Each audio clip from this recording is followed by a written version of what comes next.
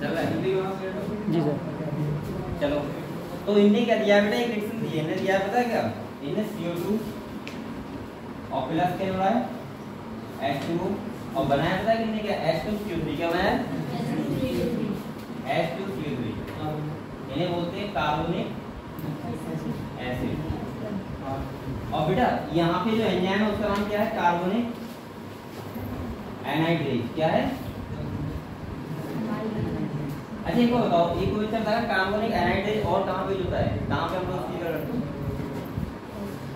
आपने आपको पता है CO2 का जो ट्रांसलेशन होता है उसके द्वारा होता है बाइकार्बोनेट आयंस के द्वारा, किस द्वारा होता है बाइकार्बोनेट आयंस। तो वहाँ पे जो एंजाइम होता है वो कार्बोनिक एनाइड्रेज होता है, सबसे इंपॉर्टेंट एंजाइम जिसके द्वारा CO2 का 70% क्या होता है, ट्रांसलेशन होता है। लेकिन हम अभी वो बात नहीं करेंगे, यहाँ पे बात करेंगे। तो यहाँ पे ये कह रहा है कि अगर विदाउट एंजाइम है तो ये प्रोडक्ट बन रहा है कार्बोनिक एसिड, ये घंटे में कितना बन रहा है, अगर एक घंटे में कितने बनना है बेटा, यहाँ पे ने दिया हुआ है ये, अगर विदाउट एंजाइम है तो एक घंटे में 200 मॉलिक्यूल बनना है, कितने बनना है, एक घंटे में कितने बनना है, 200 मॉलिक्यूल बनना है। और बेटा अगर एंजाइम लगा दिया, अगर एंजाइम है प्रेजेंट, यानी विदाउट एंजाइम ये बात आ रहा है, कैसे आ रहा है विदाउट एंजाइम, और अगर एंजाइम है तो फिर कितना होगा, फिर एक सेकंड में कितना होगा बेटा 60,000, और वो भी कितना है, एक सेकंड में।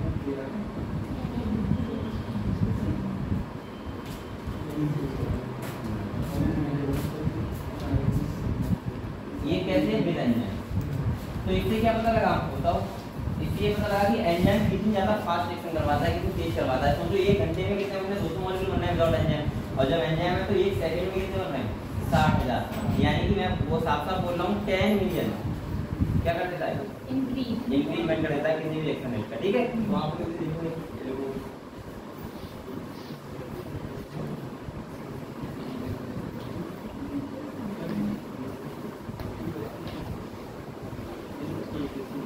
आप एक बार सोचो बेटा, चलो देखो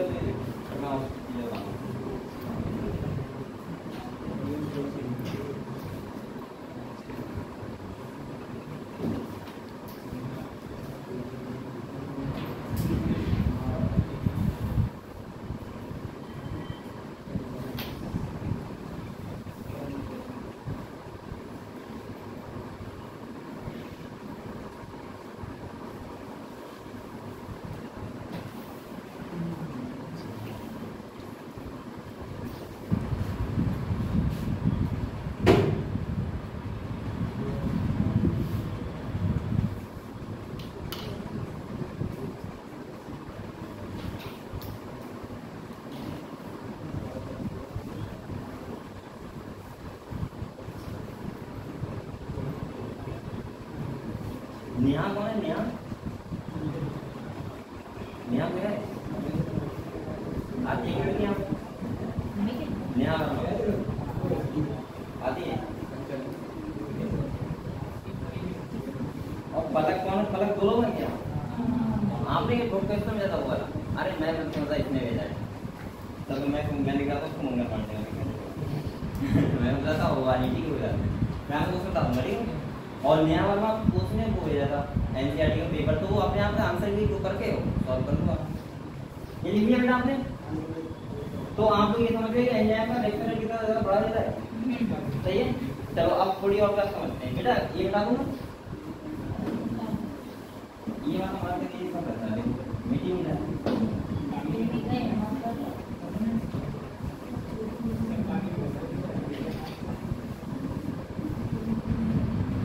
चलो बेटा, इसके बाद और देखो जो एंजाइम्स होते हैं ये एक बेटा ऑप्टिमम टेम्परेचर काम करते हैं, किस पे करते हैं ऑप्टिमम टेम्परेचर। जैसे आप लोग अगर मान लीजिए 35 डिग्री पे रह रहे हो, ठीक है टेम्परेचर पे रह रहे हो, अब आप सोचो हम चले जाएंगे माइनस में यहाँ 5 हो, एक दिन चले गए वहाँ पे, तो आप क्या हो जाओगे, बीमार हो जाओगे, क्या हो जाओगे बीमार। या आपको हम 80 डिग्री टेम्परेचर पे रख दें तो आप क्या हो जाओगे, तब भी बीमार हो जाओगे, क्योंकि हर एंजाइम का क्या होता है एक ऑप्टिमम टेम्परेचर होता है जिसपे वो सबसे ज्यादा वर्क करता है, ठीक है। अब जैसे अगर मैं आपको बताऊं एंजाइम को अगर तुम हाई टेम्परेचर दो क्या दोगे, हाई टेम्परेचर, और एक अगर तुम रखो लो टेम्परेचर, तो जो हाई टेम्परेचर पे एंजाइम होते हैं बेटा वो हो जाते हैं डीनेचर। कैसे जाते हैं डीनेचर जाते हैं, और अगर लो टेम्परेचर पे कैसे जाते हैं, इनएक्टिव। इसका मतलब क्या होता है समझिए, अगर बेटा हम लोग हाई टेम्परेचर के एंजाइम दे रहे हैं तो वो क्या होते हैं, डीनेचर होते हैं। डीनेचर जाते हैं तो वो दोबारा से फिर अपनी एक्टिविटी में नहीं आते हैं। लेकिन अगर कम टेम्परेचर है, क्या है बेटा, कम टेम्परेचर, तो वो इनएक्टिव होते हैं, दोबारा एक्टिव हो जाते हैं। आपको पता है, आप लोग डॉक्टर के पास जाते हो, कहता है गर्म पानी के लिए दवाई खाओ, वो पता है क्यों कहता है गर्म पानी के लिए, क्योंकि जिससे एंजाइम जो बैक्टीरिया है उनको क्या हो जाएंगे, डीनेचर हो जाएंगे, सही है। और डीनेचर जाएंगे तो क्या हो जाएंगे, वो बेकार हो जाएंगे, फिर वो बाद में दोबारा बैक्टीरिया आएंगे तभी वो पानी बेकार होगा। लेकिन आपने जो फ्रिज में खाना रखते हैं, आपको खाना रखते हो, बेकार नहीं होता, वो इसलिए नहीं होता, वो उस टाइम एंजाइम जो होते हैं उस पर क्या हो जाते हैं, इनएक्टिव। लेकिन जैसे ही आप फ्रिज से खाना बाहर निकालते हो तो क्या हो जाता है, बेकार हो जाता है। क्या हो जाता है, क्योंकि उसके एंजाइम क्या रहते हैं, फिर एक्टिव रहते हैं। समझ गए आप लोग ये बात। देखो डीनेचर को हम लोग डैमेज बोल सकते हैं, डैमेज रहते हैं, ये एंजाइम डैमेज बोला है।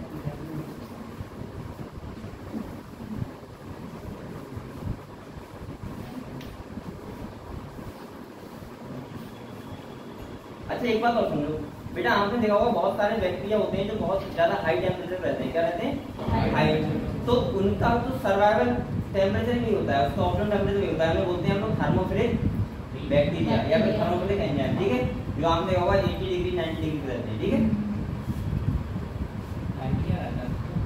क्या कौन ये क्या बैक्टीरिया है, हैं? अरे बहुत चीज़ है।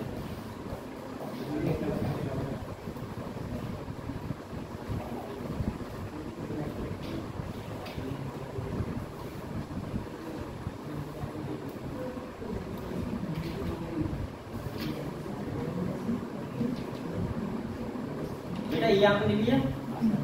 अब देखो हम लोग थोड़ा सा आगे समझते हैं।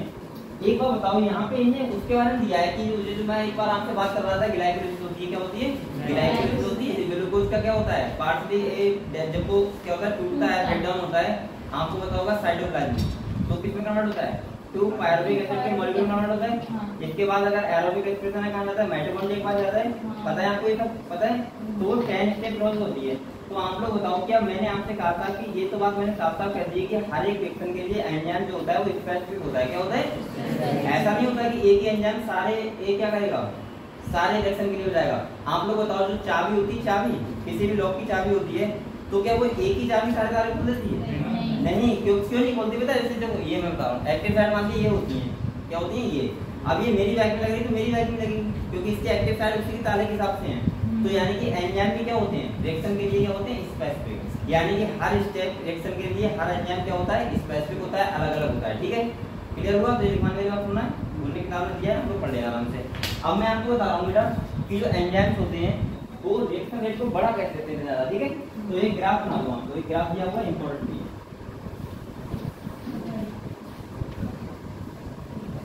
अभी इनसे करिए तो भैया बेटा तो थोड़ी देर है।